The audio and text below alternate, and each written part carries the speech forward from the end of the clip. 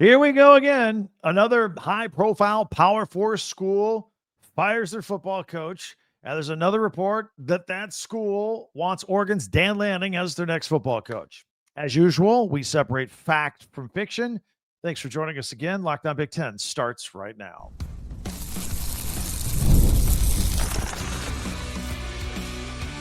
You are Locked On Big Ten, your daily podcast on the Big Ten Conference. Part of the Locked On Podcast Network, your team every day. Welcome to Locked On Big Ten. I'm Craig Sheeman, 40 years as a sports talk show host and play-by-play announcer, and I want to thank you for making us your first listen each and every day. We are free and available wherever you get your podcasts and on YouTube. Part of the Locked On Podcast Network, your team every day. Hey, hit that free subscribe button down below. That way you'll never miss a single episode. And if you could share, follow, and like, that helps us too. Plus, you can hype YouTube videos as well. Today's episode is brought to you by Game Time. Download the Game Time app, create an account, use the code LOCKEDONCollege for $20 off your first purchase. So, LSU reportedly wants Dan Lanning. Now, later, we're going to remember all those LSU recruits that decided the last second to go to LSU instead of some Big Ten schools. They're going to be available now. And how bad is Wisconsin's offense? Plus, we'll have our Tuesday tweets. We'll see if yours made the list. But off the top of my head, LSU's firing football coach Brian Kelly makes what, seven high-profile Power 4 coaches that have gotten the axe so far this season. More to come, I think. Look, competition is tough out there. We have two openings in the Big Ten right now, Penn State and UCLA, and I think we expect maybe one or two more. And almost every time that a high-profile coach gets whacked in college football, Oregon coach Dan Lanning's name always comes up on everybody's list. Look, it's respect for him and the job he's done. By the way, if you're wondering, Sports Illustrated was the first place that I saw it. And they had a list. They had a list of about the top 12 candidates, and they had Lanning right at number 2, right behind Lane Kiffin. Other writers and talking heads started following suit. So let me say this right off the top. Bring it in, turn it up. Dan Lanning is not going anywhere. He will stay at Oregon. We just did this routine last week, and Billy Napier got fired by Florida.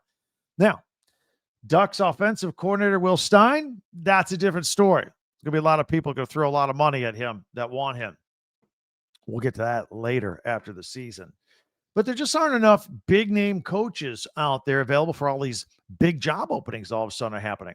And schools are probably going to have to give up on the big name and go with an up-and-coming coordinator and give somebody a shot like Ducks offensive coordinator Will Stein. So he's going to be at the top of some of those lists as well soon enough. But why is Dan Lanning's name always popping up? Well, it's because he's good, and he's young, and he's very likable, and he's very successful, and he comes from good stock down in the deep South, the SEC country, all that. A lot of people, there's a lot of attractive stuff about Dan Lanning. That's why Oregon likes him. That's why they're lucky to have him. So every single time, though, an SEC job opens up, Alabama, Florida, LSU, their first go-to is, hey, let's go get Dan Lanning. And Lane Kiffin's in that camp as well.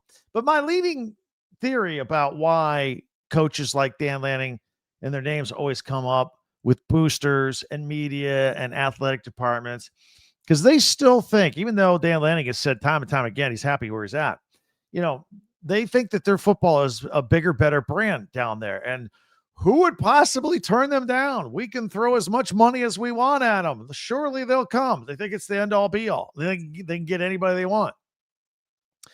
Somewhere somebody always insists that other top coaches will want to prove themselves against the best of the best, right? Let's go to the SEC. Believe me, we don't agree with that theory. We don't even believe that the SEC is the best. They couldn't be more wrong in their assessment. I mean, why would anybody want to go coach there, by the way? It's insane. They're still chasing the ghost of Nick Saban. He ruled that conference until he recently retired. And think about this. LSU just fired a good football coach because he didn't win the national championship in his first 3 years. Think about that for just a moment. They fired a good coach because he didn't win the title in 3 years. This is now year 4. They ran out of patience with Brian Kelly. Got rid of him. They already knew he wasn't going to win it this year, so let's just give up on it altogether. There are only 3 active coaches in college football that have won a national championship. 3. Ryan Day, Kirby Smart, and Dabo Swinney.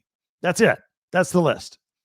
And it's almost statistically, it's almost impossible to do. There's only one winner at the end of each year. So just about everybody, almost everybody, will come up short at one point each and every year. On the flip side, Brian Kelly, who left the Notre Dame job to go to LSU, and he followed former LSU coaches Nick Saban. Remember, he was there before Alabama. Les Miles and Ed Orgeron. What do they have in common? They all won national championships. So the craziness down there with the LSU boosters and all that's what they've got as their background. That's how they set their bar so high. And by the way, every one of those guys did it within his first 3 years there. So Brian Kelly was in year 4. It's time for him to go.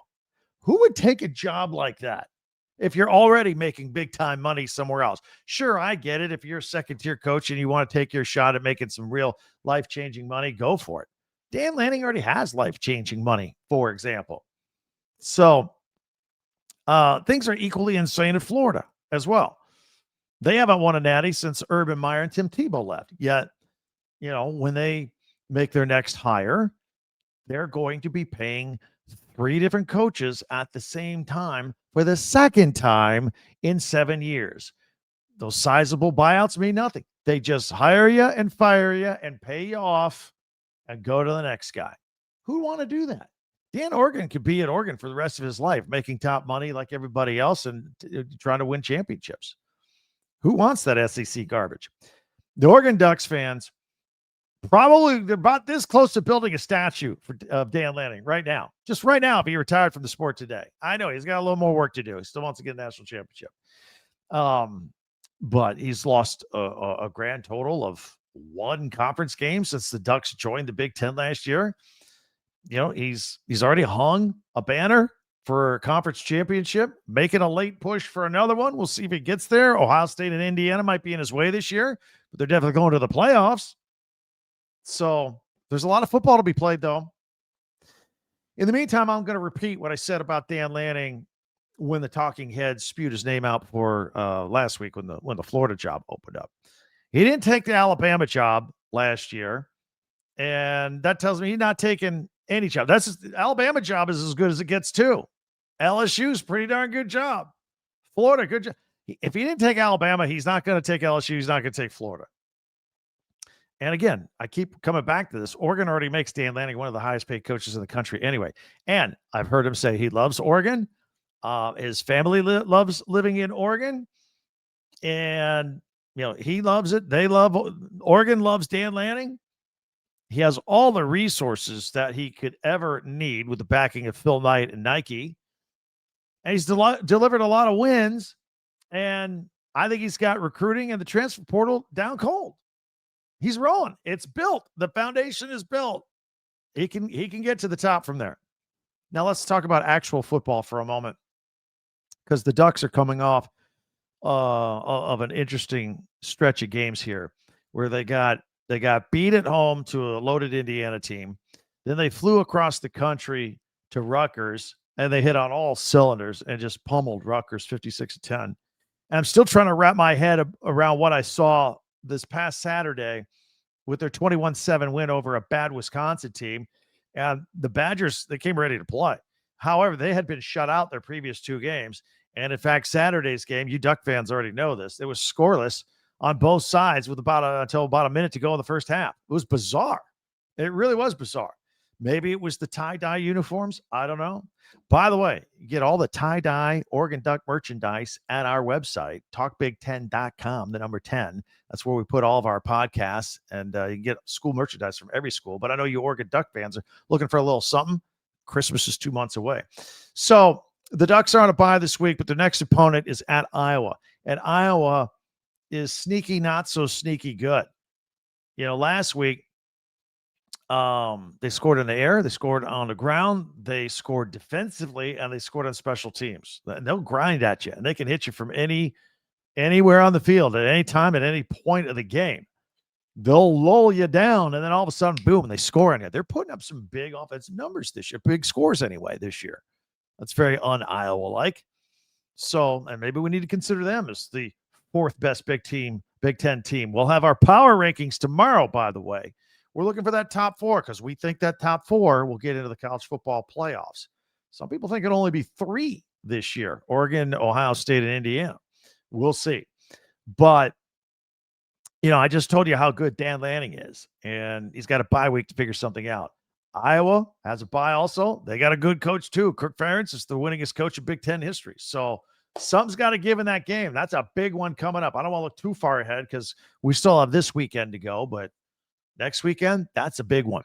We love your comments on all of this. Hit us up. Be sure to hit that free subscribe button down below. That way you'll never miss a single episode. And if you could share, follow, and like Locked On Big Ten, that will help us out as well.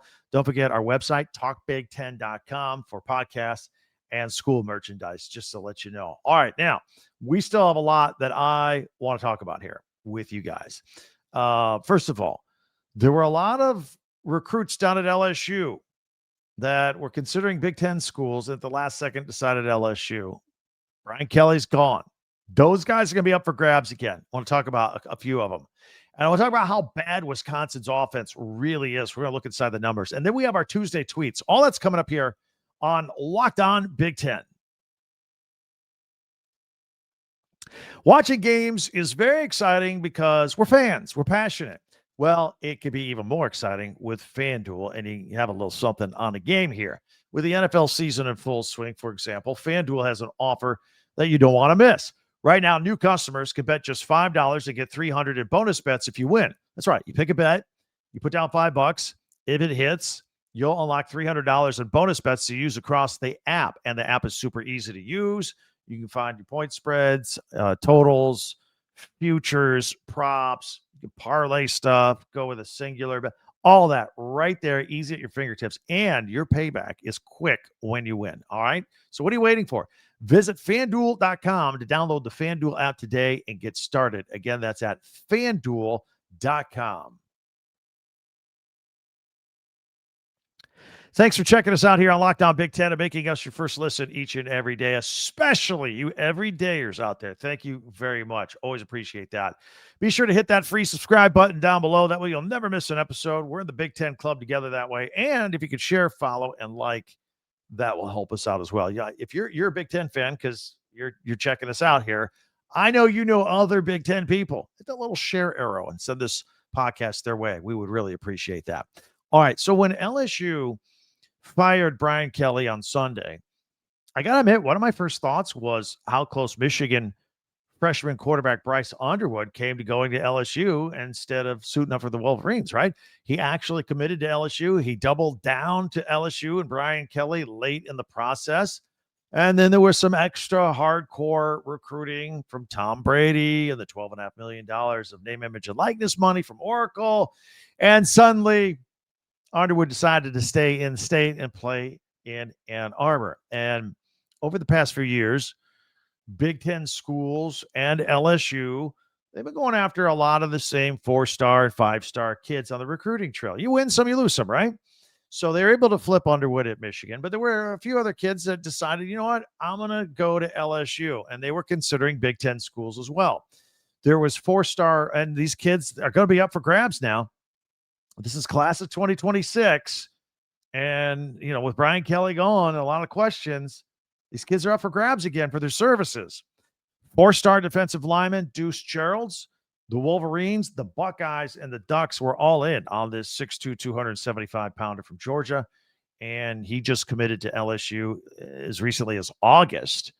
So those schools might want to call him up and have him revisit that decision. There's 4-star corner Havon Finney from California. 6'2" frame, chose LSU over Michigan and others in April. And there's 4-star wide receiver Jabari Mack from Louisiana, so he decided to stay home. But now what? With the program in flux, he committed in early March. He was all set, ready to go. How about the Buckeyes' reputation for wide receivers? I'm just saying, give the kid a call, see how firm he is on his decision, right? Meanwhile, several weeks ago, speaking of the Buckeyes, we did a podcast here on Lockdown Big Ten on how Matt Patricia's defense at Ohio State seemed even more elite than Jim Knowles' defense was last year when they won the national championship before he left for Penn State. And some of you thought, well, look, it's early. The Buckeyes had a couple of non-conference games against schools not named Texas, although they held Texas to 7 points. So here's a fun fact for you Buckeye fans out there. Matt Patricia's defense, it has allowed a total of 41 points through 7 games. Jim Knowles Penn State defense allowed 42 points just in the UCLA game a few weeks ago. Yeah, a little fun fact there. So Knowles was regarded by many as the best defensive coordinator in the country. Even Ryan Day said exactly that before letting him walk out the door to a $3 million contract at Happy Valley. Patricia, meanwhile, as you all know, made his name as the Patriots defensive coordinator under Bill Belichick. He was a failure as a head coach of the Detroit Lions. And when he arrived at Ohio State, he had not coached college players in about 2 decades and had to rebuild a little bit a defense that he inherited that lost 8 starters from the national championship team. Interestingly, Ohio State, they host Penn State on Saturday, as you know. And that matchup's lost a little bit of a luster because of the disastrous season that Penn State has been going through. And, of course, it cost James Franklin his job. But Jim Knowles was still there. And, he's running the defense. And we're going to preview that game a little deeper in tomorrow's Lockdown Big Ten podcast. So Penn State and Ohio State fans, mark your calendars. We're going to lock into that game tomorrow, looking ahead to the weekend. I want to switch gears a little bit. We started out talking about Oregon. They just beat Wisconsin. How bad is Wisconsin's offense, really? Before scoring a touchdown in the fourth quarter at Oregon in their 21-7 loss, the Badgers had gone 3 hours, 45 minutes, and 13 seconds of actual game time without a single touchdown. They were shut out by Ohio State and Iowa in their previous 2 games. And going into the Oregon game, they were 133rd in the country at 13.3 points per game. And that's actually kind of high because they've been averaging 5 points a game in Big Ten play. And their last 31 drives before going into the Oregon game, 21 punts, 31 drives, 21 punts, 4 interceptions, 3 turnovers on downs, a fumble, and a field goal. That's it. So they follow that with the first 3 scoreless quarters on Saturday night at Oregon. And they only had 86 passing yards in that game. And that's despite being down by multiple scores in the second half when you have to throw the ball. They host Washington next. And Washington's had some high-scoring games. Both they've scored a lot and they've given up a lot defensively. So maybe the Badgers could build on that fourth quarter drive they had against the Ducks and maybe put something together. Build on what they did at Oregon moving forward. Got one other note in case you missed it in the news. So Michigan and Sharon Moore had the suspension for Spygate, and he had to sit out the 2 games. There was fines. There was also they were going to suspend him another game, the NCAA next year. And Michigan was all in on an appeal. Well, the word came out that they have given up on the appeal. They're going to pay the fines, and we presume that Sharon Moore will be suspended probably for the first game of next season. And then that'll be it. That'll be it for Spygate. We'll move on. All right. But I wanted to let you know because that was in the news today. If you are new to our podcast, we always close out with a unique feature that you don't want to miss. Mondays, we do my top 10 Big Ten observations from the weekend during the games. Tuesdays, we do Tuesday tweets.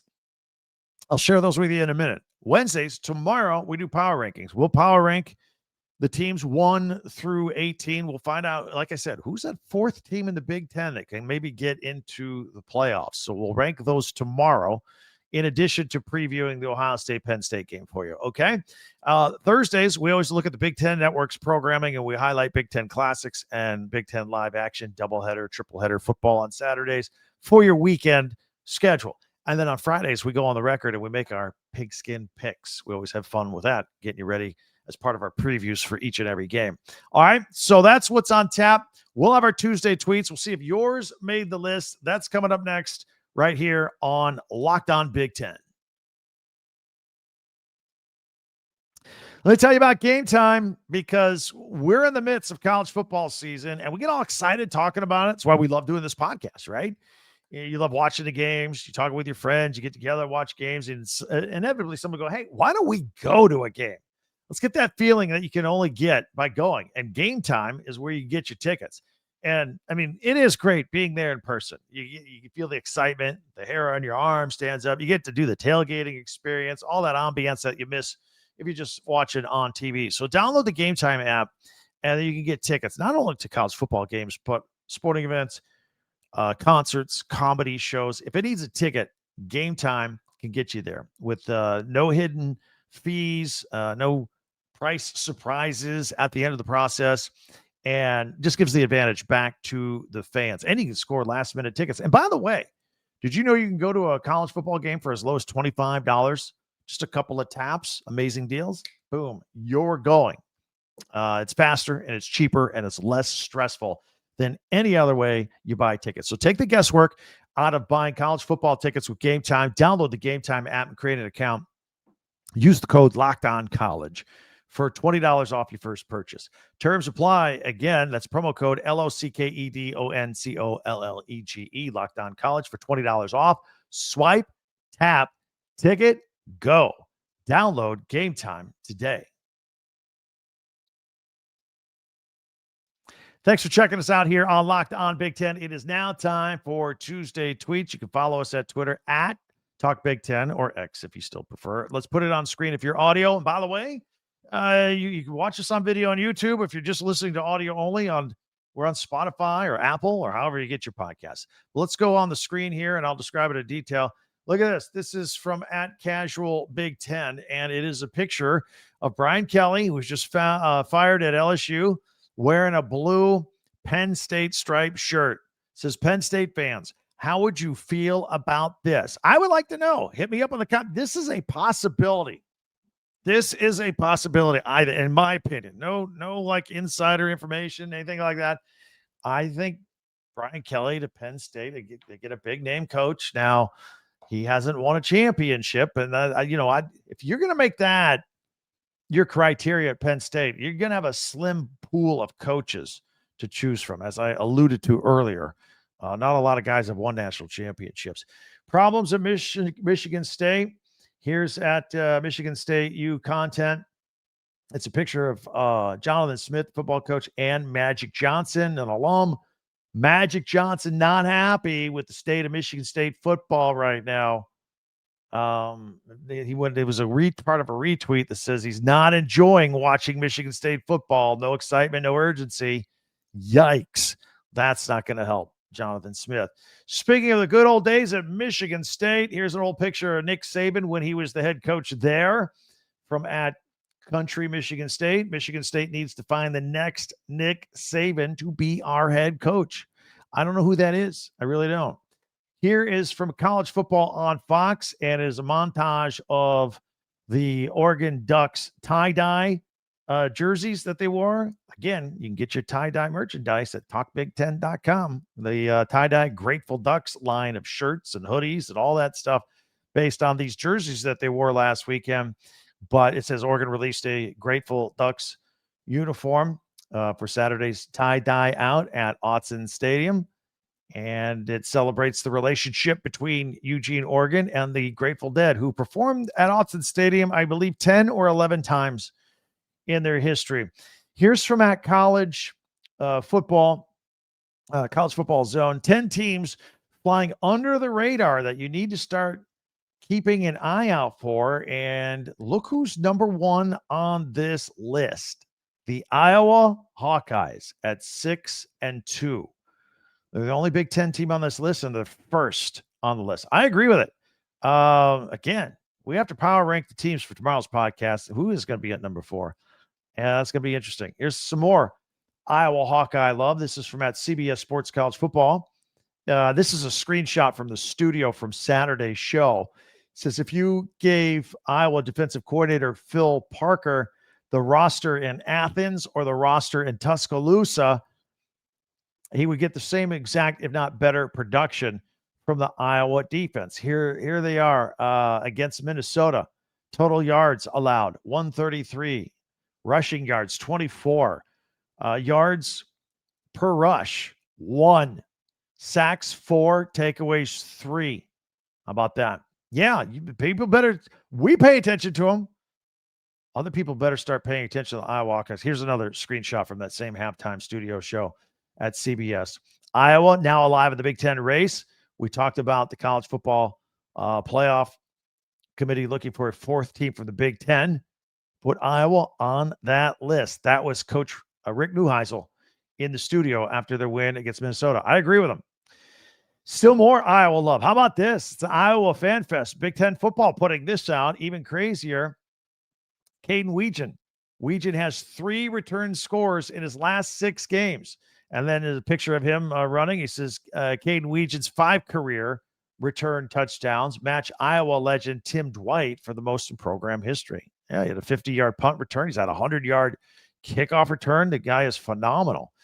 Here's a sad reminder. This is from at Barstool, Ohio State, and there's a picture of Nick Mangold back when he was with the Buckeyes back in the day. It says, rest in peace, Nick Mangold, who died this weekend at the age of 41 after kidney problems and failure. Could not find a donor and passed away at age 41, the former New York Jet and Ohio State Buckeye.